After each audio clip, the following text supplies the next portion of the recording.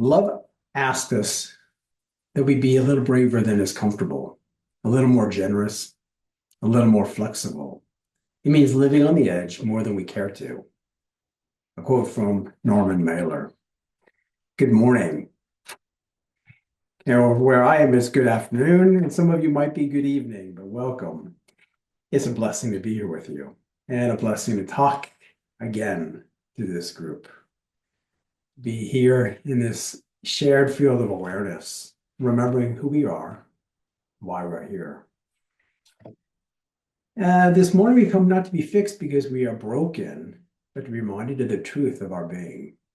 We come not to become something new, but to awaken to what is already true for us.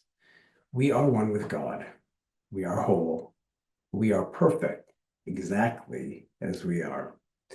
Let's talk about living on the inner edge.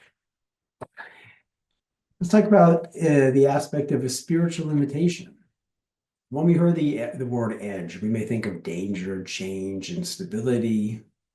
In spiritual speaking terms, we can look at the inner edge as not a place of threat, but a place of invitation, a place of possibility, a shift between what is and what might be, here and there, known and unknown.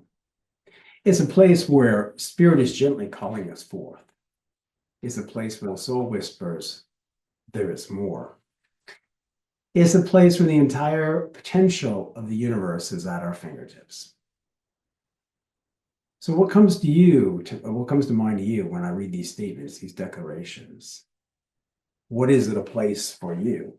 A place where spirit can fill in the blank if you like. Ernest Holmes writes, life is forever seeking to express itself in greater and greater ways. Life is forever seeking to express itself in greater and greater ways. That means growth is natural. Expansion is built into reality itself. So the question is not whether life will move us forward, but whether we will move forward consciously with life. When we resist growth, we experience discomfort. When we cooperate with it, we experience aliveness. Ask yourself, are you resisting or are you cooperating?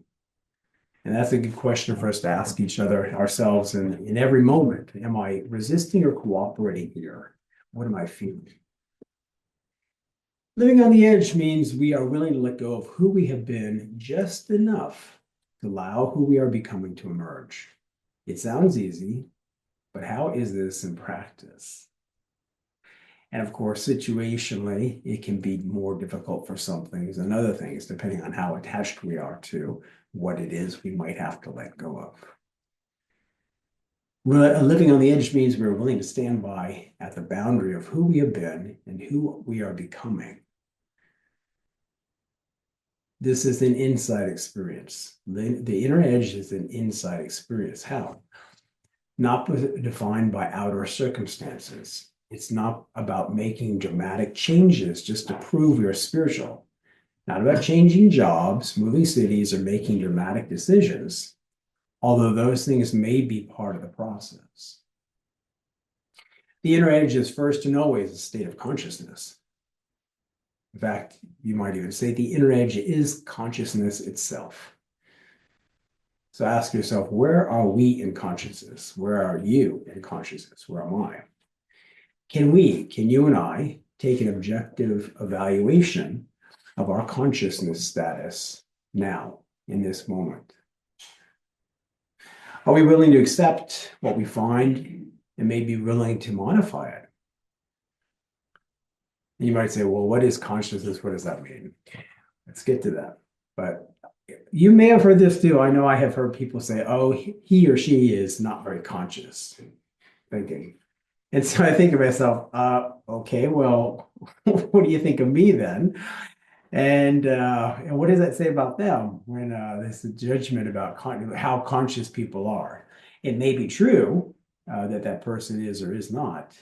However, in my experience, it is always much easier to critique another's performance or work and list what we find wrong or lacking. It is much harder to look at that list ourselves and to bring it up to higher standards, whatever the standards might be.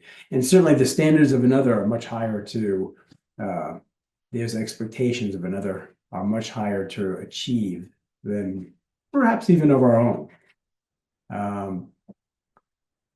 Seems that the other standards are always on a moving scale.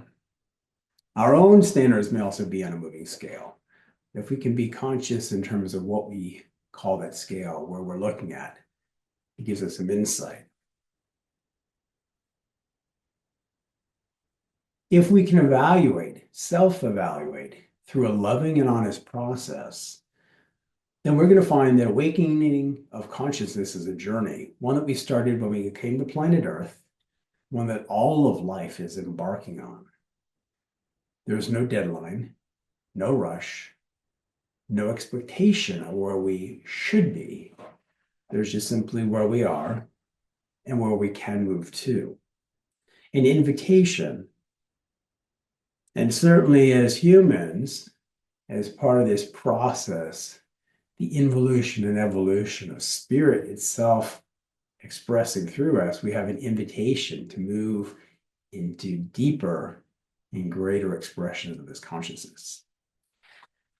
So, become aware of our own consciousness is. It is the moment we notice a familiar pattern of thought and choose again. It's the moment we feel fear and refuse to let it be the final authority. It's the moment we choose to live from a place of love rather than a place of fear, lack, or doubt. It's the moment our limitations fade into the omnipotence of God. It's a moment when we say, I am available for more truth. It is the moment we remember this truth, that God is all there is. It is the moment we realize that we are enough, exactly as we are. Right here, right now, enough. It is the moment we recognize ourselves and our part in the grand celebration of life. We are one with all of life, a vital, necessary, important part, each and every one of us.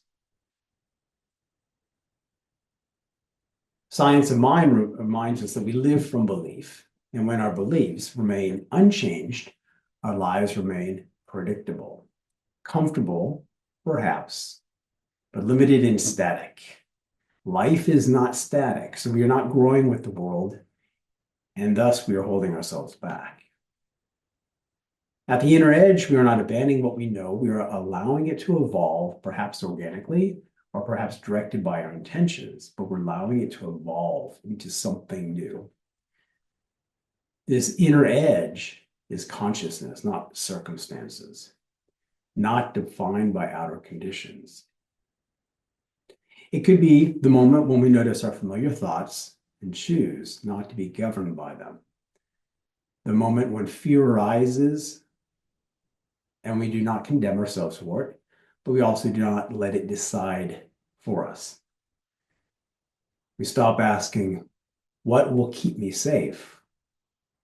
And start asking, what is seeking to express through me now?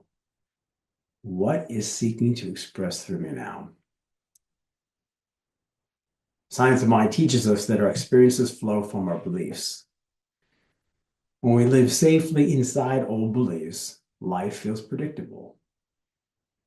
When we step onto the inner edge, we are not abandoning this truth. We're allowing truth to expand through us.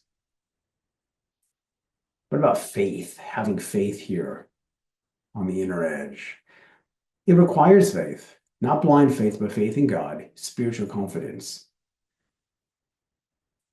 This is not faith that everything will go according to our preferences. It is faith that life knows what it is doing, and we don't need to control everything. In fact, how much do you actually think you control what is happening around you?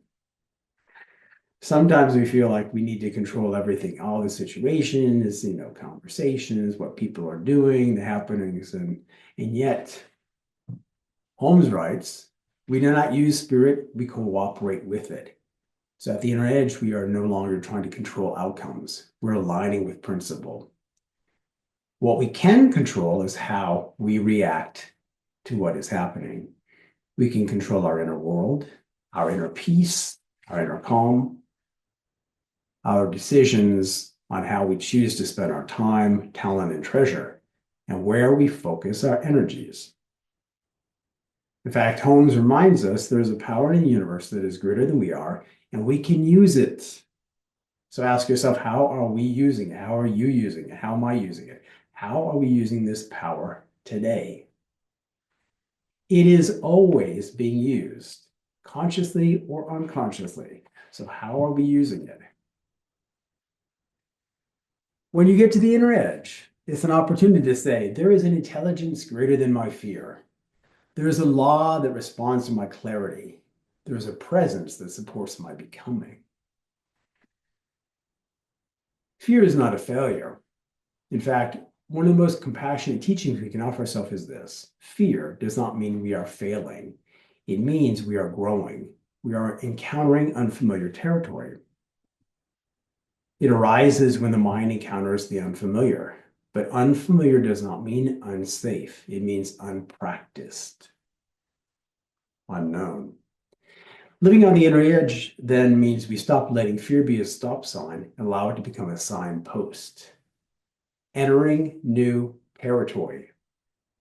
We say, thank you for the information, and I choose to move forward anyway. We remember that courage is not the absence of fear, it is the willingness to act in the presence of fear. So we allow it to inform us without letting it imprison us. There's a quote, it is unknown, so maybe you want to find out on Google where it's come from, but hey, take that risk and live your life on the edge because you never know until you try. This guy unknown, I tell you, wrote a lot of quotes, but there you go. Practice keeps us grounded. What about practice? How do we practice this? Living on the inner edge does not mean living underground. In fact, the more we stretch, the more essential our spiritual practices become. Prayer centers us. Meditation steadies us. Affirmation clarifies us. Spiritual mind treatment aligns us with principle. Holmes taught treatment is the act, the art, and the science of inducing thought within the mind of the thinker. So these practices don't remove us from life. They anchor us in truth while we engage with life daily. In fact, the inner edge could be looked at as creative order when approached properly and through these practices, spiritual practices. There's another quote from that guy unknown. Sometimes life pushes you to the edge, not to break you, but to reveal the strength that was always within you. I like that. Sometimes life pushes you to the edge, not to break you, but to reveal the strength that was always within you. Always within you. Can we remember that truth? That this has always been within us. In fact, when I read that, I'm reminded of, we've all seen The Wizard of Oz. And at the end of the movie, Glinda the Good Witch says to Dorothy, oh, you've always had the power within you to be able to go home. What? I had to go through this adventure to just realize that I could have gone home in the beginning. Yeah, but she wasn't ready. That's the whole idea, that it wasn't that it was just that it was available. It's available to us, but she had to move through these levels of consciousness in her own cleansing process to get to that point that she could actually do that. Same with us. All the tools are available to us always. All the possibilities are available to us always. We may not be ready to accept that. We may not be ready to make the choice, but it is available. It's there. What about a choice for aliveness? Ultimately, living on the inner edge is a choice for aliveness. It is choosing growth over stagnation, truth over comfort, alignment over approval of others, even approval of our ego self. You have heard the expression, change your thinking, change your life. In fact, we have had a course on that. If you haven't taken it, you should sign up for that. Change your thinking, change your life. Learn how to put that into practice. this presence within us is always inviting us to full expression of life. And so we stand at the edge, not with anxiety, but with awareness, with reverence, supported by infinite intelligence. And when we step forward, we know that the edge is not where we fall, it is where we rise. I believe that living on the edge, living in and through your fear, is the summit of life. All that people who refuse to take that dare condemnation themselves to a life of living death. The quote by John Johnson. And that last part, the dare to condemn themselves to a life of living death.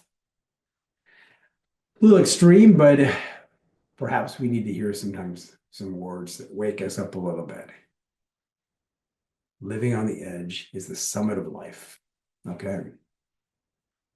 I'd like to share an experience I've had recently about living on the edge in my own life. And you're thinking, oh, but yeah. So let me share it with you. So this past fall, our beloved Dr. Reverend Trish contacted me and said, hey, Greg, would you like to teach another class? And I said, sure, I love to teach classes. And I've had these students before a couple of times. I thought, why not? We've had these students in Africa for a number of years, a number of classes, lovely, and it's fun. And so he went back and forth, like, what would that look like? When might we start? Okay, of course I said yes, but then I said, timing-wise, I'm not sure that this is ideal. As Reverend Trish said, we need to start early in 2026. They're ready to go. In fact, they could have started probably at Christmas time, but I said, So we decided, okay, we'll start it now in February. In fact, we're starting tomorrow. But for me, just, it's like I work as a public accountant. So from January until May is the craziest possible time of year for me. It's working evenings and weekends to get stuff to go around for all the financial accountings for my clients and reporting. And then, of course, now, as soon as March starts, then they open up the tax reporting systems. And then it's, finishing that process. So it's this whole like, okay. Then I thought, all right, well, the uncomfortable was like, is this the right time to do it, or should I just push it out to June, July? And I thought, you know what? This is a little bit of an edge, an inner edge for me. Let's do it. And let's look at this as an opportunity to invite a deeper spiritual practice through this studying and teaching this class into this daily practice while I'm working, so that it's not just work, that I'm also remembering the truth, who I am, that I can be present to that as well. So I thought, all right, good. So over the last 2 weeks, our emails have been flying back and forth. Reverend Trish and this Reverend Pat that's in charge of CSL Kenya, and back and forth. And suddenly Trish says, yay, we have 8 students signed up. I'm like, okay. And they said like 10. I'm like, okay, 12. I'm like, oh, wow, that's great. Okay, perfect. This isn't a problem. I can do this. Then she's like, oh, we have 20 students. Well, I can feel the anxiety and like, kind of what? Wait, I mean, most of the classes I had have been 10 or less, unless we've co-taught, then we've had a few more. And she said, don't worry, don't worry. I'm available, so we'll co-teach this. Okay, great. So let's do it. Last night we had our last one sign up. So now 25 students in this class. And so it's looking at the like, okay, various African countries will be doing this. It's going to start tomorrow. We are excited. And we are fortunate to have had 3 of our beloved communities sign up as teaching assistants, qualified, talented individuals, including, I don't know if she's on here today, our beloved Gail. She's going to be helping as well. So it's going to be a fun, I look at this, I can release the living on the edge as being, I'm looking forward to this being a fun, amazing, joyful experience where each of us are just showing up. Each of us, the students, the facilitators, just showing up to participate in this amazing experience of life expressing, consciousness evolving for all of us as we encounter our edges and support each other as we move over them, move on to something else. Yeah. So that'll be exciting. Just know for us, hold us in prayer that everything, technology issues, everything else is just flowing with joy, ease, and grace tomorrow. I'd like to invite you. We have a few minutes, so I'm going to invite you. You know, I like to do this. This is Greg, so he's going to want to do this. I invite you to close your eyes if that feels comfortable and take a slow, conscious breath. Remember that you are safe, that you can choose at any time to leave this process if it feels too much. Just continue to breathe and move your awareness to your breathing, the inhale and the exhale. Focus on slow, equal breaths in and out. Notice how you're sitting, notice your physical body. Just adjust yourself so you can sit comfortably for a few minutes. Allow the body to soften. Notice your thoughts. Where are they? Are you thinking about something that's planned later?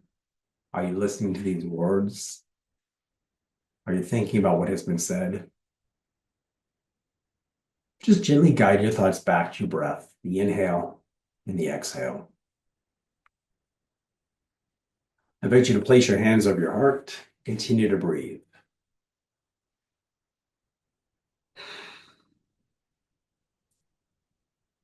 Allow your mind to become receptive to these words. God is all there is. Everywhere present, in, through, and as all of creation.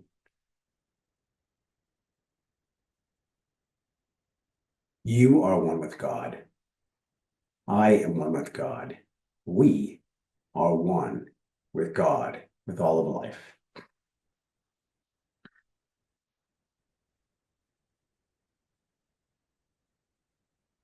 You are divinely guided and supported, uplifted by life.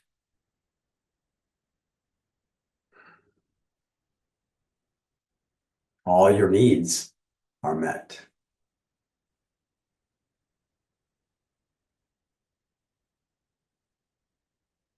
You are safe. You are protected. Feel these words in your body. If you like, you can keep your eyes closed and just place your hands back on your lap as I continue to guide you through this breathing, inhaling and exhaling. I'd like to invite you to bring to mind an area of your life where you feel stretched, an area that is challenging, a place where you sense growth calling, a place that feels like an edge. Do not analyze it, just notice it. In fact, observe how it feels in your body, perhaps even where you feel it. And maybe you can identify this feeling with a word, a sound, or color.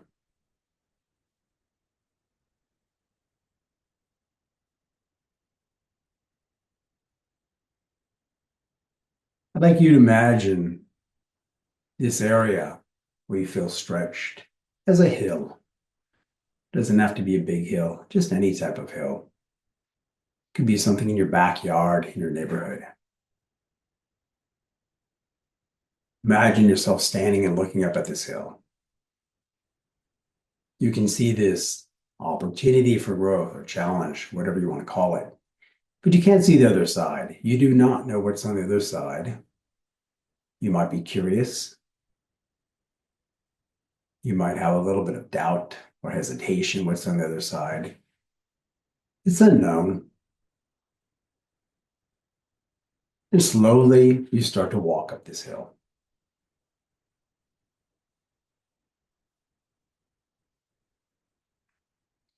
The way is clear, the path is laid forth. Easily, effortlessly, you are walking up this hill, supported, step by step. In fact, you might even feel a gentle breeze blowing upward, pressing against you, lifting you step by step as you move up this hill.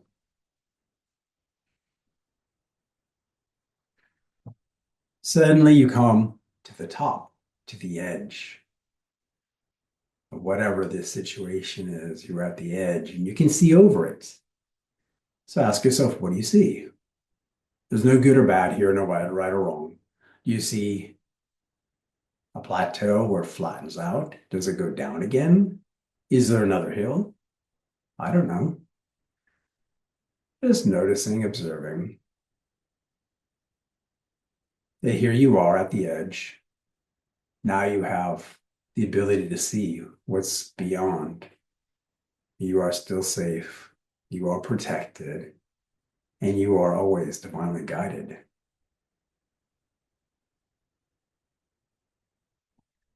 Just remind yourself that life is like this, a series of hills, of plateaus, of valleys, ups and downs. Sometimes it feels like we don't know where the bottom is or the top is. And yet, we're always safe, we're always protected, always divinely guided. And this process, this journey of life is what makes it interesting. If it was always a flat road ahead,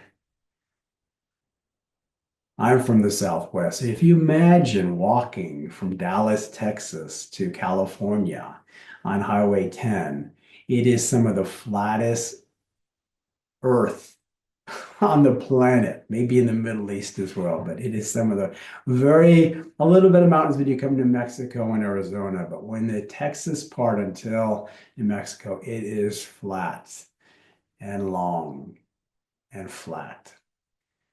So the variety of having hills and mountains make life interesting. All right. I'd like to invite you once again to place your hands on your heart. I'm going to read some affirmations, and I just invite you to silently affirm to yourself. God is everywhere present. I am divinely guided every day of my life. This life lives as me.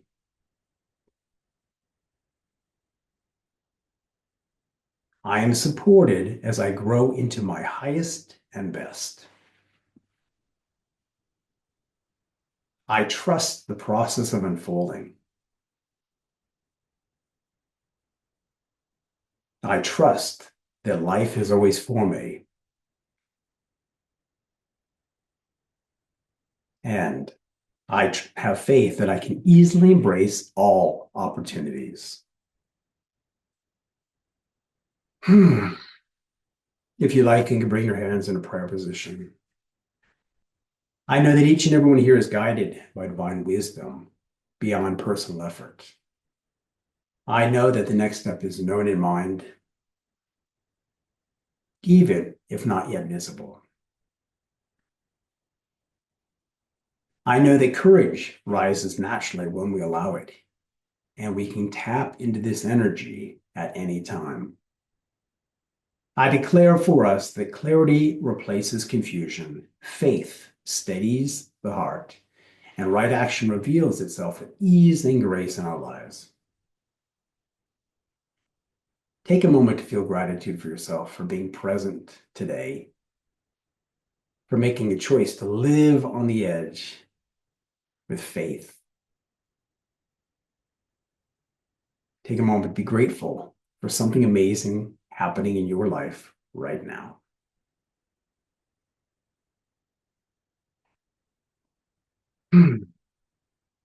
Thank you, and so it is. Namaste.